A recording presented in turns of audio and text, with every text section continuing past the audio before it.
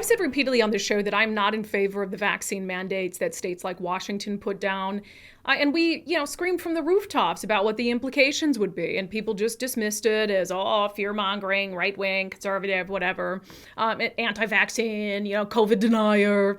But it was so obvious and so common sense what was going to happen. The fact that when you fire firefighters, you fire police officers, nurses, doctors, ferry workers, Department of Transportation workers, you were going to have worker shortages, and those shortages were going to impact people in a really profound way. And what are we seeing?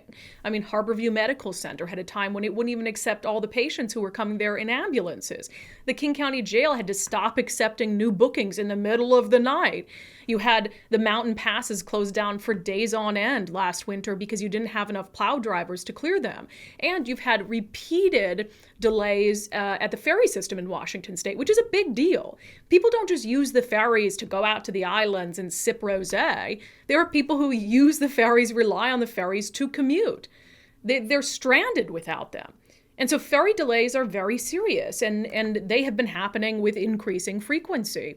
And, you have this real hesitancy from elected leaders and from folks in charge of these agencies to acknowledge the extent to which the ferry delays can be contributed to people fired over the vaccine mandate or who took early retirement as opposed to being fired.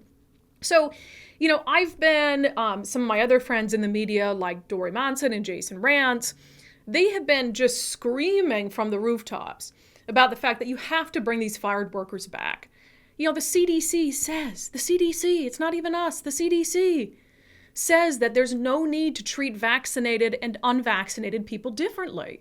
And Governor Jay Inslee is no longer going to mandate boosters, which means that people who got the original vaccine a year ago are in the exact same position right now as someone who never got vaccinated if those people didn't get boosted. That's facts, that's science, that's what the CDC recommends. And so at this stage, there's really no reason not to offer these folks their job back. I mean, I'm assuming some of them will not take it because they feel very wronged by the state of Washington, but maybe a couple of them will, and that could make a big difference. So anyway, of course, the governor and his staff, they're just dismissing anyone who's even perceived as Republican who asks about this is just fear-mongering and politically motivated.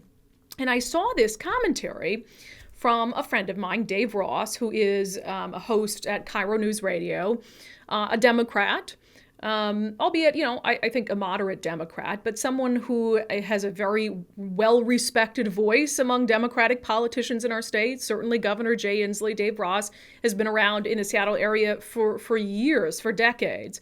And people really respect his opinion on things. And I was happy to see Dave put out a commentary saying that, and this is the headline of his commentary, failing to rehire unvaccinated WSF workers is more about saving face than lives.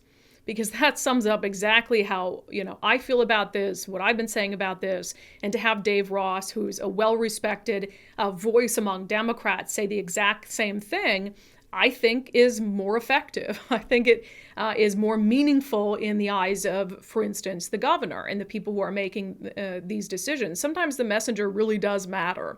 And so it helps to have a messenger who's on the same political side as the person who you're trying to get through to. I want to play for you, it's not very long, I want to play for you Dave Ross's commentary on this issue.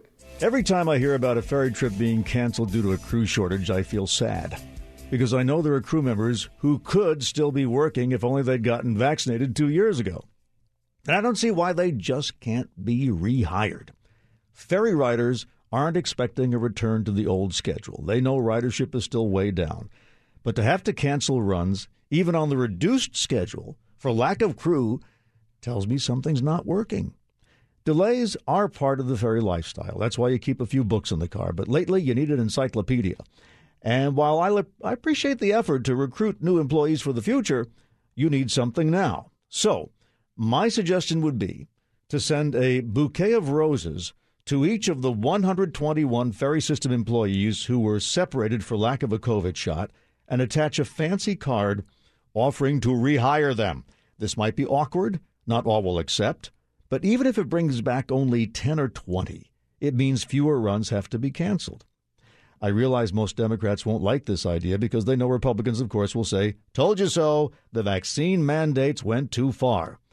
But Democrats can simply remind them that they're the party that's been claiming you could cut state government by 30% and everything would be fine. Well, if ferry staff cuts are only 10% and things are clearly not fine.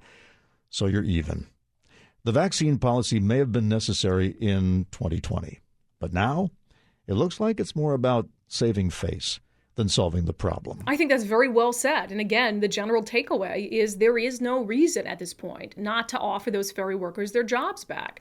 Yes, you can try to hire the next generation of ferry workers, but they need to be caught up to speed. It's expensive for the state to do that. When you have somebody who's done the job, who's had the training, and you can just put them back into the job, do you have to admit that you were wrong? Yeah. Might there be legal implications for that? I guess. But I think there's something to be said about a leader who's willing to step back and say, look, I was wrong, or we were using the best available information that we had at the time. Things have changed. The CDC's guidance has changed. Therefore, we think it's appropriate to bring back these workers because it's the best thing for the state. It's the best thing for our workforce. It's the best thing to keep transportation moving or whatever it is, in the case of police officers or firefighters. So I agree with Dave Ross, again, a Democrat, who says that this is more, not bringing these workers back, is more about saving face than it is about saving lives. That, at this stage, is indisputable. And you really do have to ask yourself why the governor won't just go there, why he won't direct agencies to just go there. Is it fear of a lawsuit? Is it saving face? Or is it out of spite that you had workers who wouldn't abide by this mandate a year ago? I would really hate to think that it's out of spite, but I genuinely cannot rule that out. But if the governor, heading into the winter seasons, if he wants to do the right thing, if he wants to avoid some of the shutdowns that we had last winter due to a lack of tow drivers or plow drivers, if he wants to deal with the public safety crisis in a meaningful way, the governor should stand at a podium and say, we're going to bring back all the fired firefighters, the fired police officers. We're going to give all of them an opportunity to get their job back. That would be the right thing to do. And you now have bipartisan. You have conservatives saying it. You have independents saying it. You have Democrats saying it in Dave Ross, that this is the right thing to do. And this is the only avenue that makes sense.